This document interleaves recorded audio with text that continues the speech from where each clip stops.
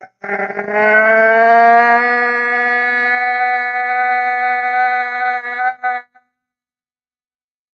evening, everybody. Welcome back to another edition of Angie's Angles. Come to you live from Smoke Therapy, 215 Ronkonkoma Avenue, Ronkonkoma, New York.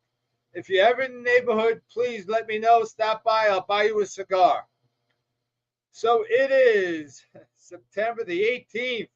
In the year of my Lord, 2025, September the 18th. Holy cannoli. Thank you, Michael. I got my dinner delivered to me. This is a great establishment. What do you say, Clark Harold? I am duo interstatal.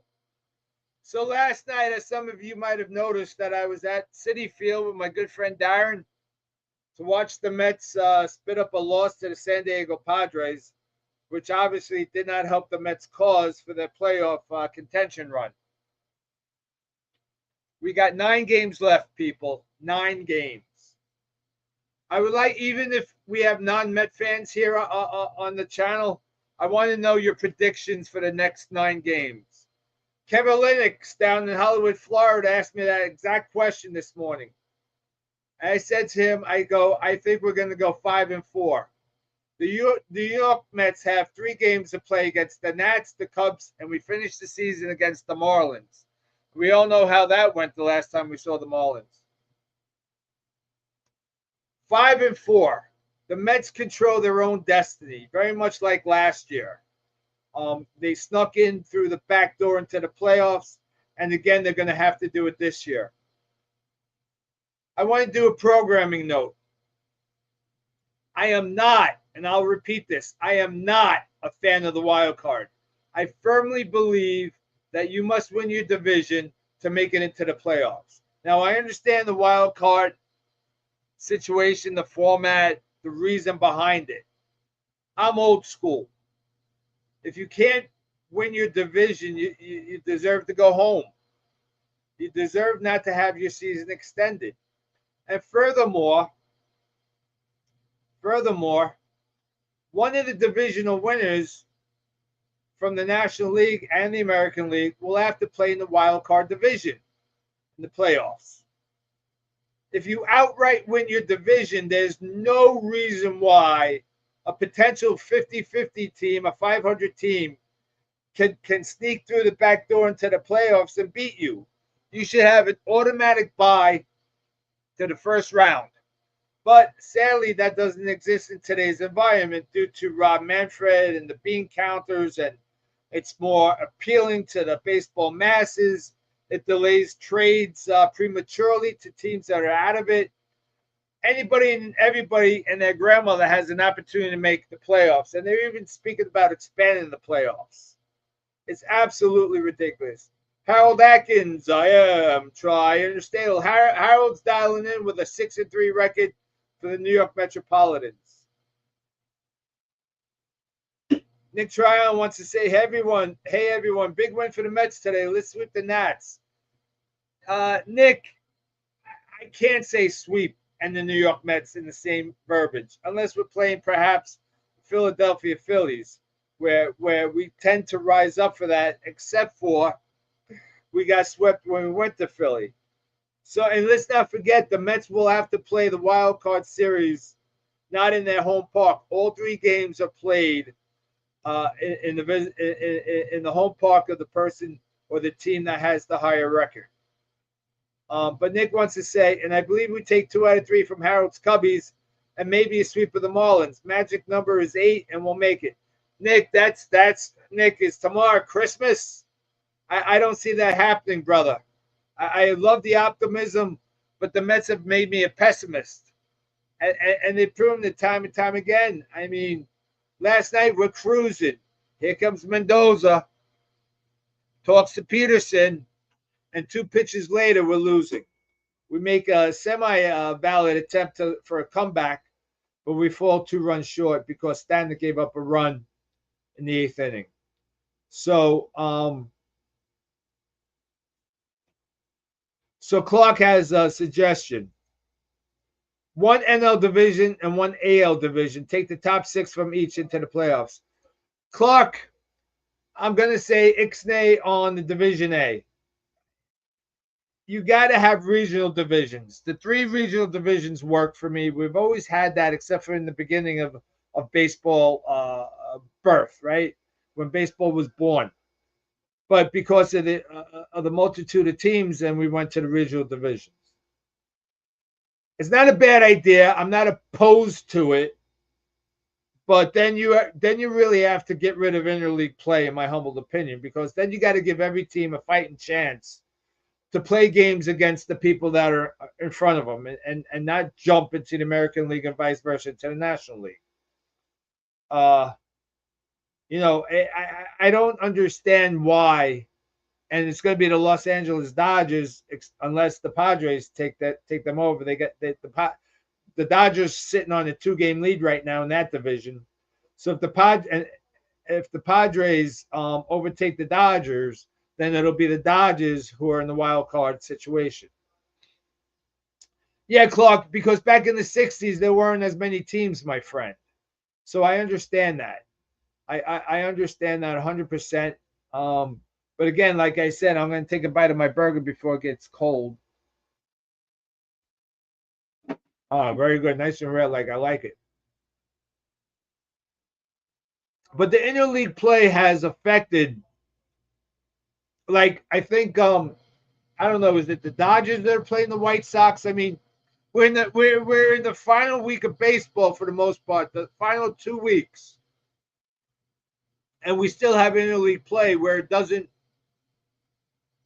you can't jump frog anybody. You can't leapfrog any of your National League teams by a whole game because you're not playing within your division.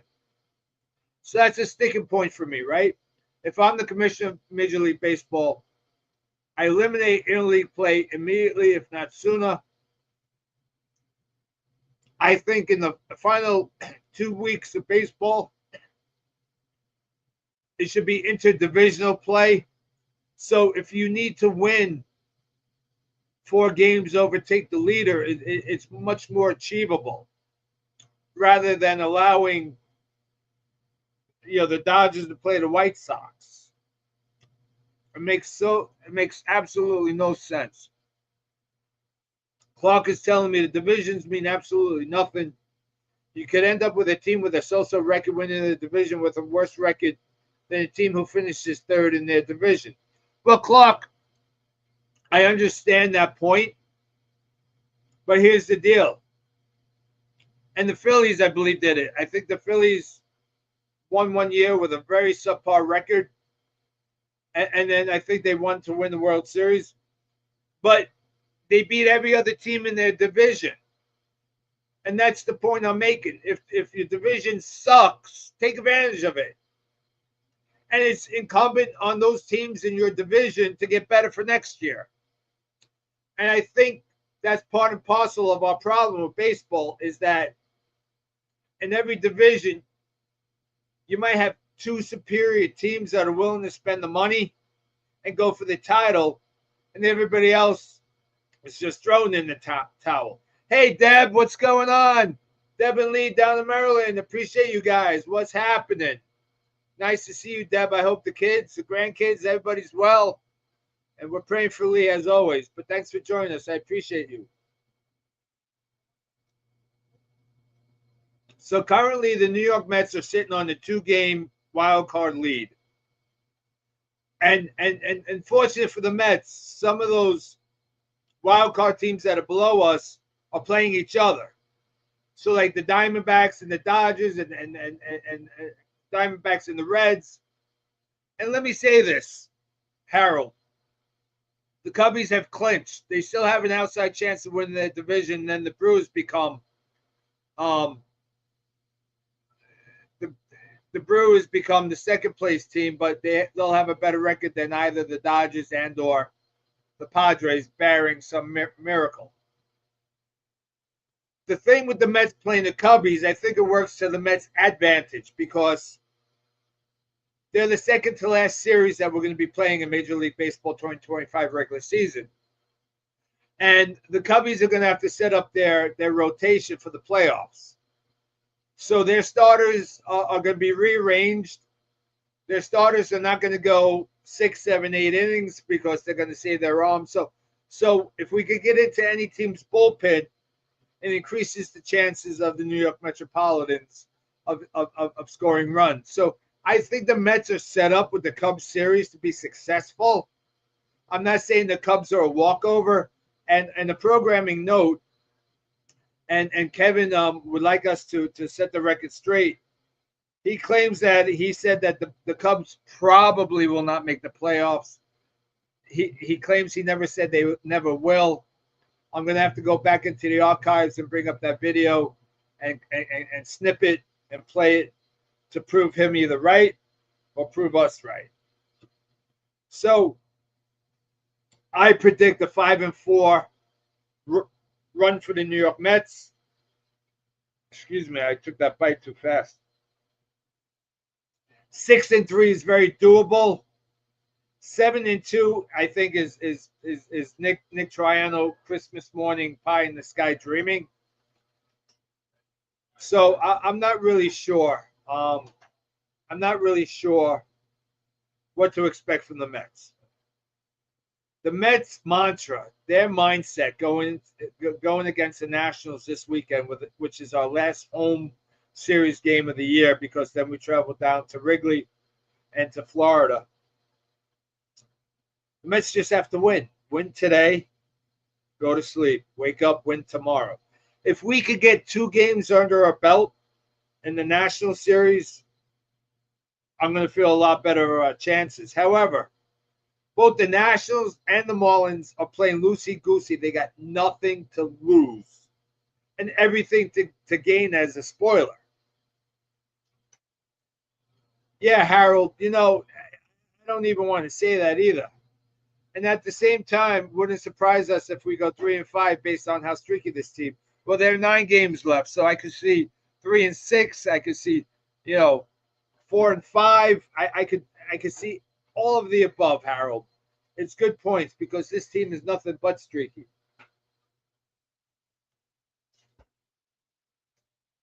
And mind you, our hands in the last 9 games of the season are in the hands of Sprout, McLean, Tom. I mean, we're going to rely on these guys to continue what they did. I mean, Tom was phenomenal today. He really controlled that tempo. He controlled the game. 8 strikeouts after 5 innings. Not too shabby. We got to eliminate the walks. Tighten up our defense. Brandon Nimmo couldn't throw out Cecil the Turtle if he wanted to. Yes, that Brandon Nimmo who hit the 3-run home run today. Officer Lennon! They will blow it. You can't get in by the other team's losing. You can only go so far. That's a fair statement, and that's why I said we have to take it day by day.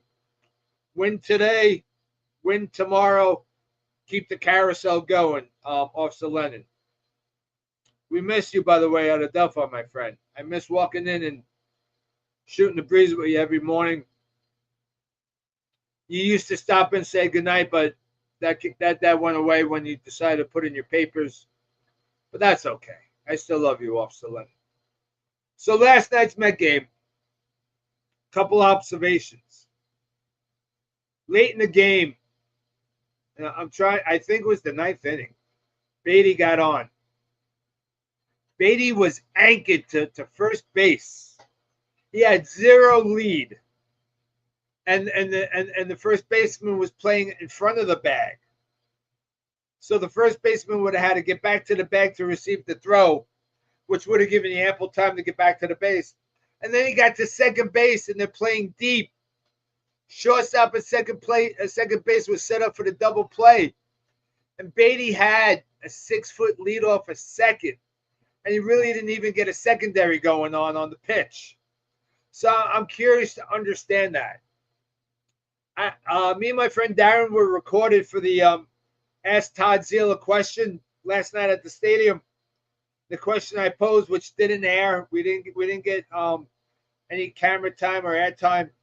I said, "Hey Todd, if the Mets fail to reach the postseason and or don't go deep into the playoffs, if we miraculously make it to the playoffs, does Mendoza keep his job? Apparently, the editors or the director of the show decided that was not a good question to be asking of Todd Zeal.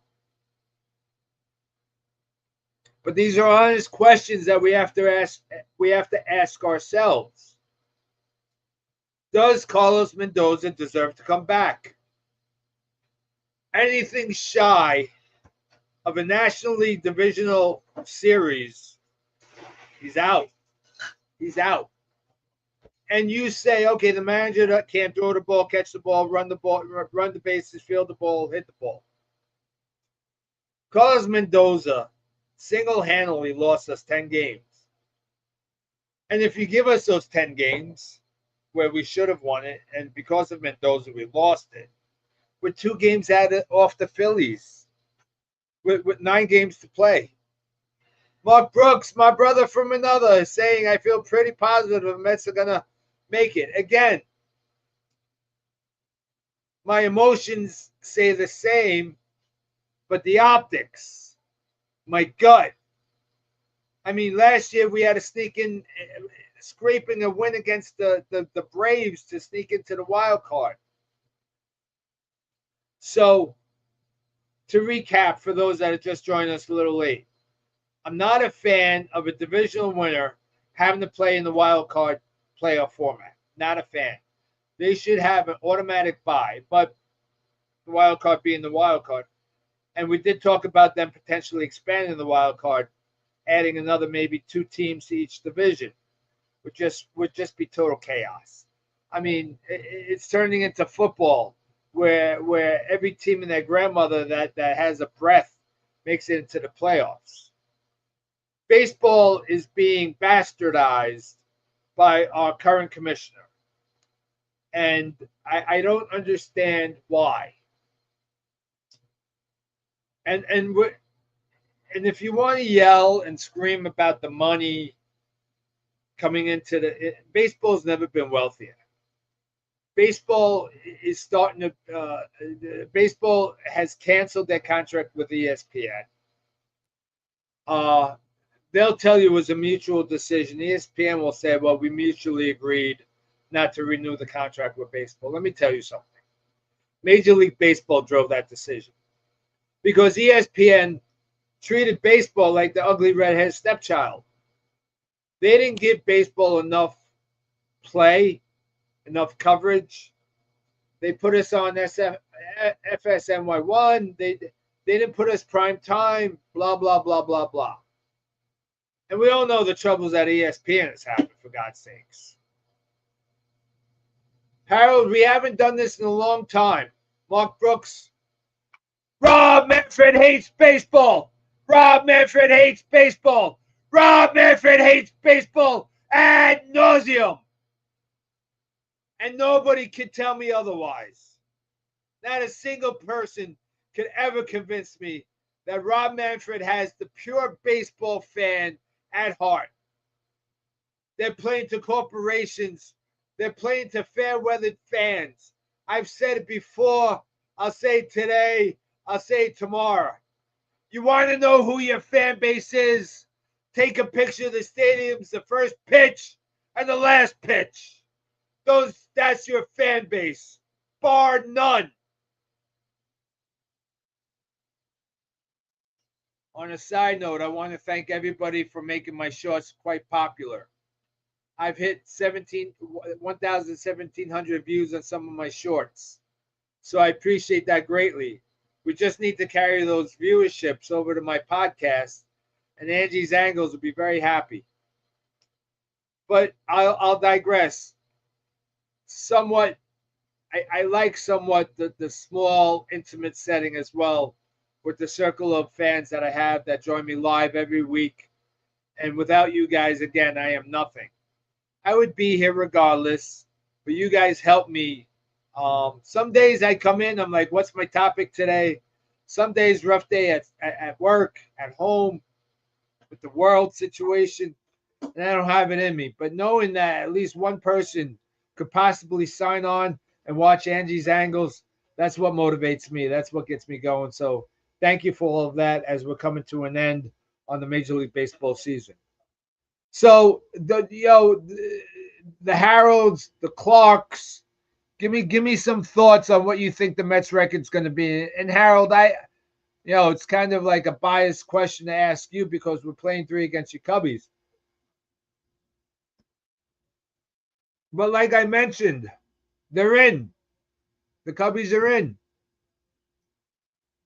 And if by some chance, and I'm not wishing this, Harold, but if some chance by the time we hit Wrigley and it's mathematically impossible to overtake the Brewers, the Cubs have every right to rest their guys, to give them a breather, to go to start a game bullpen by committee, to give their starters some rest. So that's why I think the Mets are sitting in a pretty opportunist situation. Because if we roll into Wrigley in 4 days, 5 days, I think it is, we get a break. We get 1 day off, I think. And you guys are have either overtaken the Brewers and then you're going to have to play your guys, or you've been mathematically eliminated from winning the division. I think that will help us. It's going to be interesting to see how we match up. Currently, as the situation stands, the Mets will be playing the Dodgers.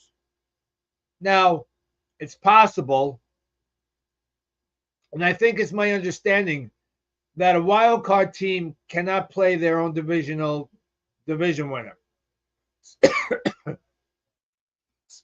So I think if it comes down to the Padres and the Dodgers, if the Padres fall to the 6th spot and the Dodgers maintain their lead and win the division, I don't think they could play each other. So I'll have to dissect and report next week what the dynamic would be. If somebody knows the rules offhand, I'd be happy to listen to you. So Clark, Harold, what do you think the Mets 9-game record's going to be? What do you think? I got 5-4 down on paper. You guys are baseball experts in your own rights. Give me your thoughts. All right. While you're thinking about that, we'll come back to that. This week's prayer circle is as follows. Harold Sanderson, we're praying for Dawn Squared as always. Carol and Bob, you asked me to add your good friend Jerry to our prayer circle. Prayers out to Jerry and his family. Terry Sanchez, as you gallivant over in Europe, we're praying for your mom's legs and keeping your mother-in-law and your uncle's memory alive. Antoinette Brooks, you got to give me an update on your brother Mike's kidney hunt. Brother Mike is in need of a kidney transplant.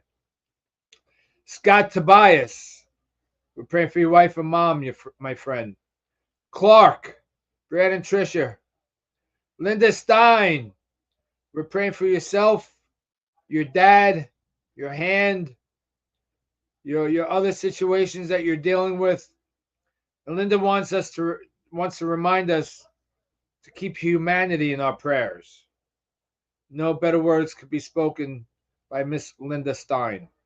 Kevin Elliott, Kevin Lennox, praying for your health challenges. The Krause family, we're praying for you guys as Aubrey's cancer remains in remission. Deb and Lee, nice to see you tonight, Deb. I appreciate you.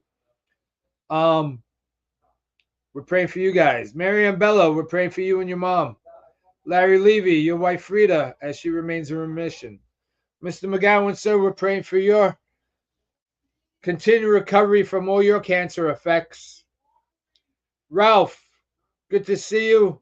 Hope to see you next week at the barbecue. We're praying for your continued healing. Tom, here at the Smoke Therapy Lounge, we're praying as you recover from severe pneumonia. Big John, we're praying for you, sir. Your leg, it sounds like things are progressing. We also want to pray for John's friend, Jimmy's sister, Barbara, who sadly passed away. We're praying for Johnny Barbecue, who's dealing with severe sciatica. And Johnny Barbecue was very much nice. He gave me a starter for my sourdough bread, which I'm going to be making this weekend. I'll post pictures on Facebook. Joe Echeverria, you haven't been here the last 2 weeks, so I hope your heart attack hasn't resurfaced, and I hope you're well, sir. PG, we're praying from the lounge. We're praying for your friend who passed. And, of course, we're praying for America. We're praying that this division that we constantly read about and talk about, and I am 100% guilty of being one of the talking heads on social media. And perhaps I could take my own advice and maybe cut back a little bit. I'm going to be honest, probably not. I have strong opinions and viewpoints. But I have friends out there that make me look inward internally into my own thought processes. I am not ignorant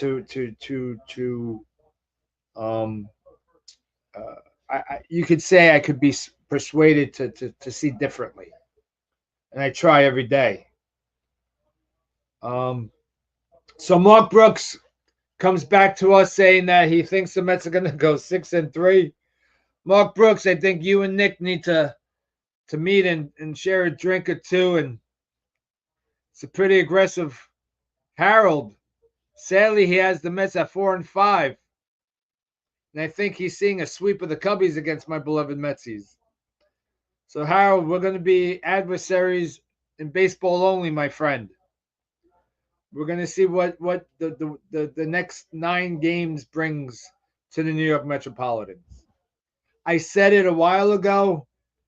I call the New York Mets the New York Pyrites. They're fool's gold. They lull you into a sense of accomplishment, a sense of hope. And then they go play the Nationals recently, and the Marlins lose 2 out of 3 to the Nats and get swept by the Marlins. I mean, they can't even rise up to those games. And I don't know if it's their psyche. I don't know if they feel like we could beat these teams just rolling out of bed. But Harold, in the famous words of Meatloaf, 2 out of 3 ain't bad, I suppose. And I'm talking about the Metropolitans going to Wrigley, of course. So it's 8:58. Monday Night Football's on. We do a little local box, $2 a box. I got some crappy numbers tonight, but sometimes crappy numbers win. And that kind of segues into my 5-4 record. Does 5-4 get us into the playoffs? A lot needs to happen. But the schedule is in our favor with the teams that are below us playing each other. So we'll see. We're definitely going to be have the picture painted for us this time next week. I thank every one of you for joining Angie's Angles. As you know, we're in our 4th year of Angie's Angles. I've missed 3 episodes, and we all know the reasons why I missed those episodes. Coming to you live every Thursday as much as I can from Smoke Therapy, 215 Ronkonkoma Avenue, Ronkonkoma, New York. Good night. God bless. I love you.